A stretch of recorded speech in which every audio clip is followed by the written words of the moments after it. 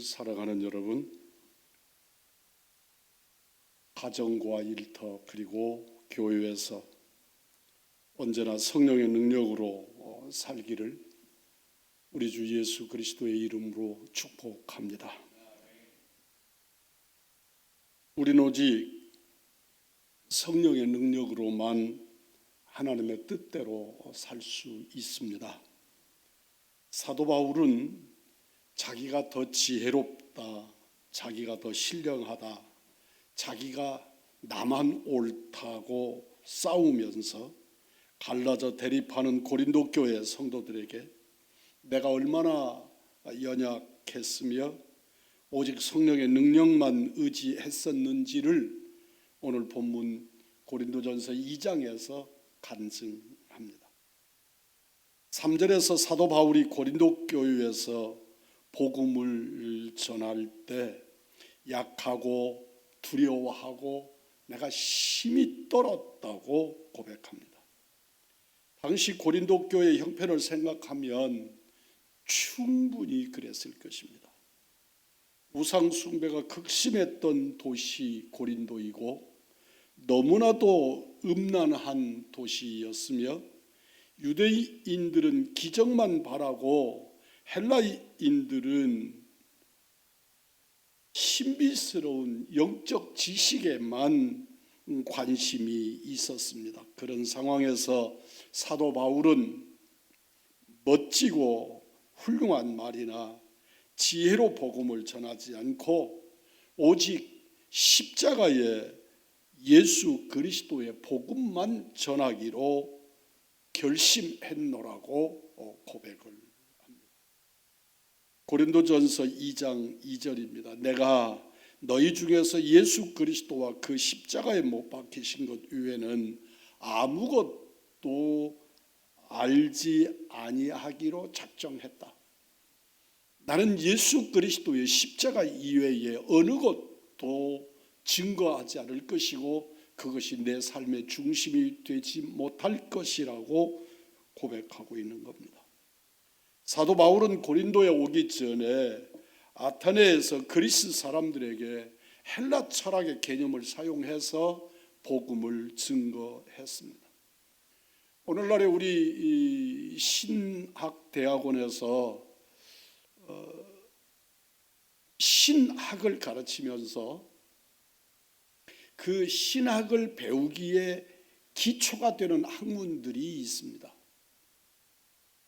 이게 역사적으로 시대에 따라 흐름이 다른데 일반적으로 중세와 그 이후의 시대에는 철학이 배경이 되었습니다. 그래서 여러 신학적 사고를 아는 철학을 배경으로 신학을 공부했습니다. 그래서 우리 대한민국은 좀 특이한 현상이기는 하지만 기본적으로 유럽이나 미국이나 이런 곳에 가면 신학대학이라는 게 없습니다. 우리나라는 신학대학들이 여러 곳에 있지요. 그리고 신학대학이라는 이름을 가지고 학부 1학년부터 4학년까지 배우는 고등학교 졸업하고 4년을 배우는 학부 커리지 4년이 있습니다. 그런데 유럽이나 미국에는 그런 신학대학이 없습니다. 왜 그러냐 그러면 신학대학이라고 하는 이 학문의 낮은 단계에서는 신학을 이해할 수가 없기 때문에 그래서 일반적으로 일반 대학들 역사, 철학 그리고 어문, 영어나 언어를 공부하는 이런 공부들로 4년 이상의 대학 과정을 공부한 사람들에게 세미나리라 그래서 그 이후에 우리로 말하면 대학원 과정으로 3년의 신학대학원 과정을 가르치는 겁니다. 그러니까 우리나라처럼 고등학교 졸업하고 대학에 갔는데 곧바로 신학을 가르치니까 이게 도대체 무슨 소리가 무슨 소리인지 잘 알지 못한단 말이죠. 그러는 걸 충분히 이해하고 알 수 있도록 신학대학원에서 학부를 졸업한 사람들에게, 그것도 문과대학을 졸업한 사람들에게, 이과대학을 졸업한 사람들은 1년 정도 공부를 더 시킵니다. 그래서 대학원에 3년을 공부를 가르치는데, 이 기본적인 학문을 가르치는 백그라운드가, 배경 학문이 주로 철학이었습니다. 그 이후에는 앞에 말씀을 드린 것처럼 영어나 또는 헬라어나 또는 역사를 배우는 것이거나 그런 학문들이 신학을 배우는데 도움이 되는 학문으로 인식이 되어 왔지요. 사도 바울께서 아테네에 가셨는데, 아테네에서 복음을 증거하는 과정에서 지금 말씀드린 것처럼 그렇게 헬라 철학, 그리스 철학을 백그라운드로 하는 예수 그리스도의 십자가의 복음을 증거했었다는 것입니다. 그 결과는 사도 바울의 고박대로 비참했습니다. 아무도 그 복음을 받아들이려 하지 않았고, 어리석은 자들의, 말쟁이들의 말이다, 그렇게 예수의 복음을 거절당했습니다. 세상의 학문을 기초로 해서, 여러분이 잘 아시는 것처럼 사도 바울이라고 하는 사람이 얼마나 대단히 지식이 높은 사람입니까? 학문적 가치로 보면 정말 대단한 어른이고 학자입니다. 이분이 아테네에 가서도 역시 같은 방식으로 예수 그리스도의 복음을 증거하는데, 그 헬라 철학을 근거로 예수의 복음을 증거했다가 요사이 우리 아이들이 쓰는 말대로 말하면 망해버린 것입니다. 그때의 실패의 경험으로 사도 바울은 복음을 전하는데 제1원칙을 세웁니다. 나는 예수 그리스도의 복음을 증거함에 있어서 철학이나 세상의 어떤 지식이나 경험이나 이런 것들을 다 배제시키고, 나는 오직 십자가에 죽으신 예수, 십자가에 달리신 예수 이외에 그 어떤 것도 나는 증거하지 않겠다고 결심한 것입니다. 그리고 고린도에서 복음을 전하면서 막상 십자가에 달리신 예수 그리스도만을 전할 때 이것도 전하고 저것도 전하는 것이 아니라, 사도 바울은 오직 예수 십자가의 예수만 복음을 전할 때 사도 바울은 실로 두려웠다고 고백을 합니다. 왜냐하면 그 시대의 로마 사람들이나 로마의 집권 아래 있었던 모든 사람들이 다 십자가에 죽었다고 하는 것은 죄수라는 말이고, 죽은 자라고 하는 것은 인생도 끝났지만 그의 주장하는 바도 다 끝나버린 사람인데, 그를 증거한다는 것이 얼마나 사람들이 나를 비웃을 것인가 하는 염려 때문에 그랬다는 것입니다. 사람들은 예수의 복음을 증거하면서 조금 더 멋지고 그럴듯하고 또 학문적으로도 가치 있고 그런 예수를 증거하면 정말 멋지다, 정말 훌륭한 사람이었는가 보다, 그럴 건데, 정치적으로 몰려서 십자가에 매달려서 사형당한 예수를 증거하는 것이 이런 어리석은 일이 어디 있는가. 여러분, 아주 비판적인 무신론자들, 그리고 대학교 교수들이나 학자들이나 이런 아주 지성인들이 가득 모인 강당에서 여러분이 복음을 증거해야 한다면, 여러분은 무엇을 가지고 예수의 복음을 전하시겠습니까? 그래서 사도 바울은 오직 십자가의 예수만 증거하면서, 종이 하나님의 말씀을 들어서 십자가의 예수의 복음을 증거할 것이니 성령님이여 나를 붙들어 주시옵소서, 오직 예수 십자가만 증거하고 이 일에 주눅들지 않도록, 이 일이 무능해 보이지 아니하도록 성령님께서 나를 주장해 주십시오. 그렇게 성령님을 의지하고 성령님께 도움을 청했다고 고백하는 것입니다. 오늘 본문 4절입니다. 내 말과 내 전도함이 설득력 있는 지혜의 말로 하지 아니하고 다만 성령의 나타나심과 능력으로 했다. 오늘날 여러분과 내가 세상을 살면서 그 분야와 그 상황에 맞는 우리들이 가지는 전문 지식이라는 것들이 있습니다. 우리는 그것들을 행함에 있어서도 누구보다도 내가 그 분야에서는 전문가야 그럴지라도 그 일을 드러내서 예수를 나타내고자 하는 일에는 오직 성령님의 도우심을 구해야 한다는 것입니다. 우리 베델교회가 그리고 우리 베델의 성도들이 세상을 살면서 늘 성령을 의지하고 성령의 도우심을 구할 수 있는 믿음의 사람들이기를 축복합니다. 세상의 지혜로는 도저히 알 수 없는 하나님의 지혜가 있습니다.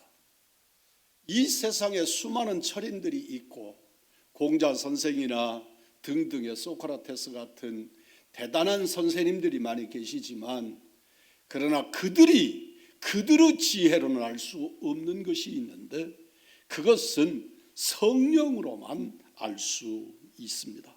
7절입니다. 오직 은밀한 가운데 있는 하나님의 지혜를 말하는 것으로서 곧 감추어졌던 것인데 하나님이 우리의 영광을 위하여 만세에 미리 정하신 것이라. 하나님의 지혜는 우리 눈으로 보지 못하고 귀로 듣지 못하고 사람의 마음으로는 떠오르지 않는 것들입니다. 오직 성령으로만 알 수 있는 것들입니다. 우리 베델의 성도들이 철저하게 하나님의 말씀 중심에 성령의 역사를 덧입어서 세상을 능히 믿음으로 이기고 말씀으로 다스릴 수 있는, 말씀으로 이끌 수 있는 성령의 사람들, 하나님의 사람들이기를 원합니다. 오늘날 많은 사람들은 하나님의 창조를 믿지 못합니다. 사람이 단세포 생명에서 지금의 인간으로 진화되어서 오늘에 이르렀다고 생각을 하는 거지요. 저희들이 국민학교를 다니고 하던 시절에는 선생님이 진화론에 대한 이야기를 하다가도 창조론의 역사도 있다, 하나님께서 이렇게 창조하셨다고 하는 이론도 있다고 설명을 했습니다. 그러나 오늘날에는 이 지구상의 모든 학교가, 심지어 미션 스쿨까지도 공식적으로 가르치는 것은 진화론입니다. 그래서 단세포 그 어떤 수십억 만분의 1 정도의 어떤 확률을 가지고 어느 곳에서 단세포가 우연하게 만들어졌는데, 우연하게 만들어진 그 단세포가 어떤 기회를 만나서 확장되고 분화되고 확대되면서 오늘날에 인간도 되고 이러저러한 짐승도 되고 이런 것들이 되기도 했다 하고 말하는 진화론을 근본적으로 채택해서 가르칩니다. 오늘 이 자리에 계시는 그래도 상대적으로 젊은 분들은 이 진화론을 기초로 중고등학교 과학, 생물학 이런 것들을 배운 사람들입니다. 그 교회에서 신앙생활을 할 때 늘 그것이 대립이 되고 갈등할 수밖에 없지요. 교회에서는 하나님이 창조하셨다고 하고 학교에서는 그건 진화된 것이라고 말하고, 그런데 학생들의 그 지적 욕구를 확장시켜가는 과정에서는 진화론이라고 하는 것이 그들의 심령을 지배하도록 교육해 왔습니다. 여러분들도 그런 교육을 받았을 것입니다. 과학적 논증을 할 수 없지만 사람이 진화되어 오늘에 이른 것이 아니라는 것만은 확실합니다. 정말 사람이 진화의 산물이라면, 이 땅에 존재하는 생물이 진화의 대상이라면 아직 덜 진화된 사람들이 어딘가에 수도 없이 존재해야 할 것입니다. 반쪽은 그 무엇이고 반쪽은 사람이고, 그런 어떤 사람도 아니고 짐승도 아닌 그런 야릇한 존재가 그 어딘가에는 있어야 할 것입니다. 더 진화된 사람도 수없이 많아야 하고 덜 진화된 사람들도 있어야 맞습니다. 덜 진화된 열등한 사람, 더 진화된 우수한 인종이 따로 있다고 믿는 사람들도 있습니다. 독일의 히틀러가 유대인들을 말살시키기로 작정을 합니다. 그럴 때 세운 이론 중에 하나가 유대인들에게는 아주 악한 영이 있고 그들은 미개된 존재들이기 때문에 그들을 이 땅에서 없애는 것이 선한 자들, 앞선 사람들이 취할 태도다. 그래서 독일의 군인들을 설득하고 주변에 있는 많은 사람들을 설득했습니다. 그러나 여러분 기억하시기를 바랍니다. 결단코 유대인들이 세계의 어느 인종 중에 미개한 인종이든가요? 오늘 우리들은 이렇게 인간이 진화된 존재라고 하는 것에 대하여 악용함으로써 하나님의 거룩한 역사에 도전하는 일로 쓰이기는 하지만 실제로 이 땅에서 덜 진화된 어떤 인간들의 부분들, 더 많이 오늘 우리들의 평균 인간들보다 더 진화된 그 어떤 인간들도 찾아내지 못합니다. 무섭고 두려운 일입니다. 모든 사람은 다 하나님께서 창조하신 창조의 백성들인 것을 믿으시기 바랍니다. 인종은 다양합니다. 어쩌면 저렇게 사람의 모습이 저런 모습일까? 사람의 피부색이 저럴까? 그러기는 해도 동일한 인간들이고 하나님이 창조하신 존재입니다. 그래서 하나님의 창조의 역사는 비밀이 아닌데 비밀이 되었습니다. 하나님의 형상으로 창조된 우리는 예수님을 믿고 하나님께로부터 오신 성령을 받았습니다. 이것은 놀랍고 중요한 일입니다. 외모, 지식, 능력, 가문 그런 것들이 중요한 것이 아닙니다. 성령님께서 하나님께서 주신 은혜를 깨닫도록 우리들에게 역사하시고 우리 예수님이 승천하신 이후에 성령께서 우리 가운데 오셔서 우리들로 하여금 하나님의 형상을 구현하도록 역사하십니다. 오늘 12절입니다. 우리가 세상의 영을 받지 아니하고 오직 하나님으로부터 온 영을 받았으니 이는 우리로 하여금 하나님께서 우리에게 은혜로 주신 것들을 알게 하려 함이라. 성령님만이 하시는 역사가 우리에게 일어나기 때문에 지금 내 안에 성령이 거한다는 사실을 분명히 깨닫는 은혜의 성도들이기를 원합니다. 내게 어떤 자극이 있어야 하는 것이 아니고 내게 어떤 떨림이 있어야 하는 것이 아니고 내게 어떤 진동이 일어나야 되는 것이 아니고 내가 알지 못하는 어떤 방언이나 등등의 소리가 내 입에서 번져나야 되는 것이 아니라 오늘 여러분 안에서 예수 그리스도가 나의 구주로 믿어지게 하시고 그 믿어짐이 믿음으로 고백되게 하시는 역사가 성령이 우리에게 하시는 역사라는 것을 믿으시기를 바랍니다. 예수님이 주님으로 믿어지고 내가 죄 씻음이 믿어지고 하나님을 아버지라고 부르고 내 안에 내가 교회 가야 되겠다, 예배 드려야지, 기도해야 할 텐데 내가 마음으로 많이 분노하지만 내가 저 사람을 용서해야만 해, 내가 정말 저 사람을 더 희생해서라도 사랑해야 되겠어, 하나님의 교회를 사랑하고 하나님의 것을 구별하고 열의 하나를 구별하는 하나님을 기쁘시게 하고 복음을 전도해야 되겠어. 이런 마음이 일어나는 것들이 다 성령께서 내 안에 역사하심의 증거라는 것입니다. 빌립보서 2장 13절입니다. 너희 안에 행하시는 이는 하나님이시니 자기의 기쁘신 뜻을 위하여 너희에게 소원을 두고 행하게 하시나니. 내 마음에 하나님의 영광을 드러내는, 하나님의 뜻을 드러내도록 내 마음에 뜻을 두고 그 일을 행하게 하시는 이가 있는데 그분이 성령님이시라는 것입니다. 이 성령의 감동을 무시하지 마십시오. 성령의 감동을 무시하면 성령의 역사가 소멸되어집니다. 이보다 더 두려운 일이 없습니다. 내가 교회를 나오는데, 그리고 때로는 교회 이런 행사도 주관하고 또 그 일에 자기 몫도 감당하는데 내 안에 성령이 소멸됩니다. 그럼으로써 하나님의 영광에 대한 내 심령의 뜨거움도 사라지고 간절함도 사라지고 진실함도 사라져서 정말 종교인이 되어버리고 마는 것이지요. 삼가 조심하시기를 바랍니다. 겨울에 냉방에서 지내는 것은 말할 수 없는 고통입니다. 어려서 자취를 하면서 겨울을 냉방에서 보낸 여러 해의 경험이 있습니다. 지금도 어떤 추위를 맛보면 그때의 그 추위, 그 온몸이 얼었던 일들이 그렇게 떠오르고 저를 괴롭히기도 합니다. 영적으로도 그렇습니다.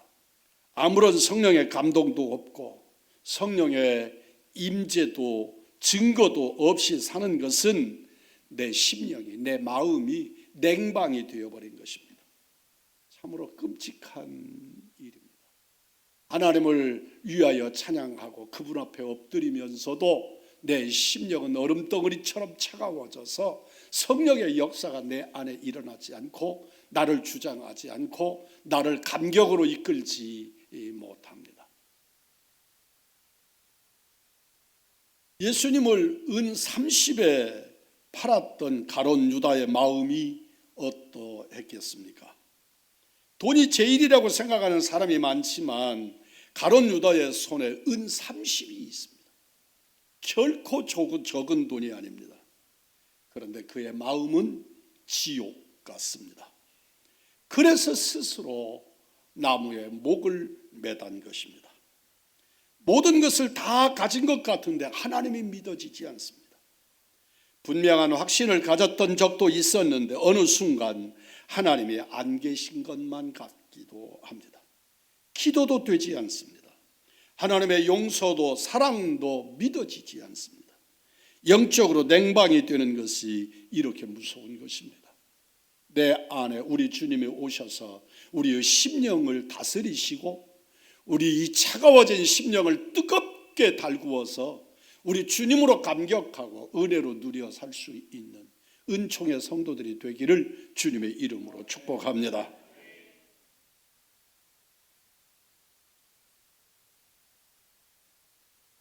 어떤 성도가 제게 와서 이런 질문을 했습니다. 자기가 성경을 열심히 읽고 있는데 그래서 성경을 통독하고 성경을 여러 번 읽고 싶어서 성경을 열심히 읽고 있는데 전혀 내용이 생각나지 않는다는 것. 앞구절을 읽으면 뒤가 잊어버리고 지금 읽고 있으면 방금 읽은 말씀이 기억나지 않는다는 것입니다. 그는 늘 새벽 기도를 드리고 말씀을 기록하고 그렇지만 늘 그저 그렇다는 것입니다. 몰라서 그런 말을 하는 것입니다.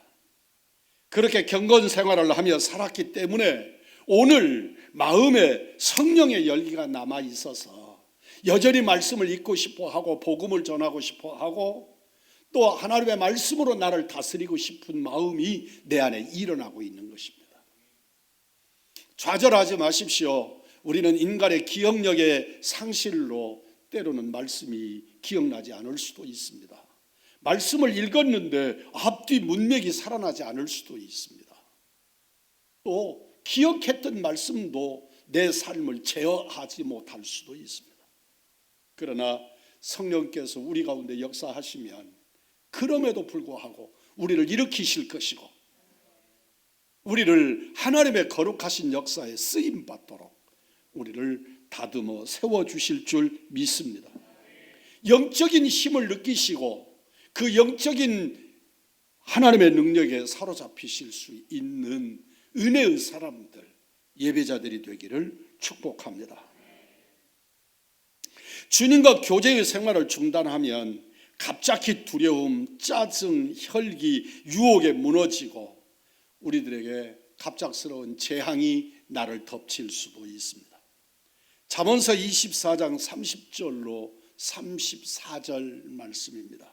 내가 게으른 자의 밭과 지혜 없는 자의 포도원을 지나며 본즉 가시덤불이 그 전부에 퍼졌으며 그 지면이 거친 풀로 덮였고 돌담이 무너져 있기로 내가 보고 생각이 깊었고 내가 보고 훈계를 받았느니라. 내가 좀 더 자자 좀 더 졸자 손을 모으고 좀 더 누워 있자 하니 내 빈궁이 강도같이 오며 내 곰핍이 군사같이 이르리라. 사랑하는 성도 여러분, 하루 새벽 기도를 그치고면 금방 게으른 자의 밭에 잡초가 무성해지듯이 우리 마음에 냉기가 차오릅니다. 그 옛날에 저는 시골에서 자라서 농사 짓는 일을 나름대로 압니다. 학교에 갔다 오면 저희 아버님이 저희들에게 어느 논에 가서 풀을 좀 뽑아라, 피를 제거해라, 그리고 말씀을 합니다. 참 피곤하고 그 일이 또 그렇게 즐겁지 않은 일입니다. 그래서 논밭에 들어가서 피를 뽑아서 또는 칼로 잘라서 두 개 쌓아둡니다. 그런데 그렇게 해두면 논이 얼마나 깨끗한지요. 우리 논이 주인이 있는 논 같다 하는 생각을 하게 됩니다. 그리고 지나가다가 다른 논 앞에 지나가는데 역시 피가 이렇게 웃솟아 있고 가꾸지 않은 논을 보면 정말 좀 부지런 좀 떨지 이렇게 게으르게 저렇게 논을 놓아두냐 그런 생각이 들 때가 있습니다. 지금도 그게 50년 전이고 60년 전의 일들이었음에도 불구하고 오늘날에도 시골에 어느 논에 가다가 피가 이만큼 자라 있으면 저 농부는 게으른 농부구만 그런 생각을 하고 지나갑니다. 여러분, 우리의 마음밭을 말씀으로 기경하지 않으면 그렇게 피가 자라 있는 가꾸지 않은 논과 같아진단 말이에요. 저희 어머님이 콩밭에서 풀을 뽑습니다. 학교를 갔다가 돌아와서 어머니 일하는 데를 찾아서 가보면 우리 어머니는 체구가 조그만하셨습니다.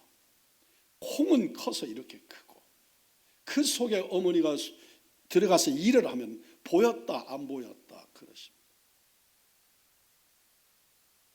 그 옛날에 밭들을 전부 사람 손으로 일을 하니까 이 밭 저 밭 풀을 뽑다가 밭 하나를 다 끝내고 돌아 나서면 이쪽에 있는 밭은 또다시 풀 속에 갇혀 있는 것을 봅니다. 한순간도 손을 놓고 일을 멈출 수가 없는 이유입니다. 여러분, 우리의 심령을 마음밭을 기경하지 않으면 하나님의 말씀으로 내 안에 일어나는 잡풀들을 엉겅퀴를 뽑아내지 않으면 우리는 어느 순간에 예수 없는 자들의 심령이 되고 차가워진 심령, 잡풀이 가득한 심령. 어쩌면 곡식들은 그렇게 잘 가꾸려고 해도 안 자라고 가꾸어지지 않는데 잡풀들은 그렇게 뽑아내도 그렇게 웃자라고 잘 자라는지 모릅니다. 우리 어린이들에게 아이들에게 욕을 가르쳐 준 적이 없고 이렇게 하면 안 된다 그러는데도 우리 아이들은 어쩌면 그렇게 욕부터 배우는지 모릅니다. 악한 것은 그렇습니다. 하나님 앞에 기도하지 않으면, 기도를 쉬면, 하나님의 말씀으로 훈련받지 않으면, 하나님의 말씀으로 내 심령을 정돈해내지 않으면 우리는 곧바로 그렇게 엉겅퀴가 가득한, 자풀이 가득한, 피가 자란 논 것처럼 되어버리고 마는 것입니다. 사도 바울이나 설교자만 성령께서 주시는 메시지가 필요한 것이 아닙니다. 우리 베델교회 성도 여러분의 가정과 일터, 교회에서 주님이 주시는 말씀이 절대적으로 필요한 것입니다. 여러분에게 주시는 하나님의 은혜가 무엇인지 알고 싶다면 알게 해주시기를 성령께 구하시기를 바랍니다. 그러면 반드시 깨닫게 될 것입니다. 13절로 14절입니다. 우리가 이것을 말하거니와 사람의 지혜가 가르친 말로 아니하고 오직 성령께서 가르치신 것으로 하니 영적인 일은 영적인 것으로 분별하느니라. 육에 속한 사람은 하나님의 성령의 일들을 받지 아니하나니 이는 그것들이 그에게는 어리석게 보임이요 또 그는 그것들을 알 수 없나니 그런 일은 영적으로야 분별되는 때문이라고 말씀합니다. 사랑하는 성도 여러분, 세상의 지혜로 하나님의 역사를 깨달을 수 없습니다. 하나님의 말씀으로, 성령의 이끌림으로 우리는 하나님의 거룩한 능력을 힘입어야 될 줄 믿습니다. 사도 바울이 고린도에서 복음을 증거합니다. 그는 오직 예수의 십자가만 증거하기로 했다. 우리 베델교회 주님의 십자가가, 피 흘리는 십자가가 곧게 세워지기를 축복합니다. 세상의 사람들은 피 흘림, 십자가, 그리고 채찍에 맞은 머리에 가시관, 이게 증거되는 것 자체를 이해하지 못합니다. 그러나 여러분 기억하십시오. 내가 구원받은 것은 예수 십자가의 보혈로 구원받은 줄 믿습니다. 우리 베델교회가 세상에 그 어떤 것에 기초를 두면 안 됩니다. 돈도 아닙니다. 명예도 아닙니다. 이 세상에 그 어떤 것도 아닙니다. 심지어 건강도 아닙니다. 우리의 모든 것의 기초는 내 구주 예수 그리스도의 십자가의 보혈로 우리는 살고 세워져야 하고 성령의 능력을 힘입게 되어야 할 줄 믿습니다. 우리 안에 예수님이 계십니다. 오늘 16절입니다. 누가 주의 마음을 알아서 주를 가르치겠느냐 그러나 우리가 그리스도의 마음을 가졌느니라. 여러분의 심령 속을 주장하는 이가 성령님이시기를 축복합니다. 내 의식을 주장하는 이가 하나님의 말씀이기를 원합니다. 우리 주 예수 그리스도의 복음으로 내가 머물러 있는 삶의 현장 그곳에서 예수를 드러내고 증거하는 삶으로 예수를 표현하는 믿음의 종들이 되기를 원합니다. 어느 종교도 누가 주의 마음을 알아서 주를 가르치겠느냐고 묻지 않습니다. 우리가 그리스도의 마음을 가졌기 때문이라고 증거하지 않습니다. 그러나 우리는 담대히 그리스도께서 우리 안에 계신다고 증거할 수 있어야 하고 우리는 증거합니다. 내 안에 우리 주 예수 그리스도를 모신 성도 여러분은 이 시간에 아멘으로 화답하시기를 바랍니다. 우리는 예수 그리스도의 마음을 가지고 있습니다. 주님이 오늘도 우리 가운데 역사하십니다. 그리스도의 마음이 성령의 역사입니다. 우리는 이것을 믿고 삽니다. 사도 바울이 고린도에서 말씀을 전할 때 두렵고 떨었다는 말이 무슨 의미인지 이제 우리는 깨닫고 알 것만 같습니다. 고린도전서 1장 27절로 29절의 말씀을 붙였습니다. 주여 미련한 자를 부르셨습니다. 저는 오직 주님만 의지합니다. 우리 베델의 성도 여러분이여 기억하십시오. 우리들은 주로 지식을 의지합니다. 자기의 전문적 경륜과 경험을 의지합니다. 우리는 의사의 말을 의지하고 붙듭니다. 그러나 분명하게 기억하십시오. 나는 주님만 의지합니다. 고백할 수 있기를 원합니다. 주님을 의지하는 그 현장에 치유의 역사가 있습니다. 주님을 의지하는 그 현장이 내가 고달프고 대단히 어렵고 아픈 현장이라도 주님의 은혜가 임합니다. 아브라함의 능력은 하나님의 함께 하심이었습니다. 아브라함이 대단하신 어른이고 성경 속에서 믿음의 조상 아브라함이라 이렇게 말하지만 그는 우리와 성정이 같은 사람이었습니다. 그와 나의 차이점을 찾아보라 하면 그는 철저하게 그의 삶을 하나님이 지배하시도록 하나님께 내어드린 사람이라는 것과 나는 내 의지와 내 목표와 내 지식과 등등의 것들을 붙잡고 살고 있다는 차이입니다. 오늘 이 자리에 함께하는 우리 베델의 성도들이 아브라함처럼 하나님만 의지하는, 하나님만 모시는, 비록 아들을 죽여서 번제단에 드리라고 하는 명령 앞에서도 그 말씀을 붙드는 아브라함같이 하나님을 의지하는 하나님의 사람들이 되기를 축복합니다. 야곱의 축복도 요셉의 지혜도 모세의 능력도 여호수아에게 주신 약속도 다윗의 힘도 다 하나님의 함께 하심으로 가능한 것이었습니다. 하나님이 예수님이 우리와 함께 하심의 임마누엘입니다. 임마누엘의 내 하나님이, 임마누엘의 내 주님이 성령으로 우리 안에 임재하시기를 사모하십시오. 예수님께서 우리들에게 주신 마지막 약속이 세상 끝날까지 항상 함께 하겠다는 언약입니다. 우리 주님은 적어도 내가 어느 형편 어느 자리 이럴 때 내가 너와 함께 하겠다고 말씀하지 아니하시고 내가 세상 끝날까지 너와 함께 하겠다고 약속해 주셨습니다.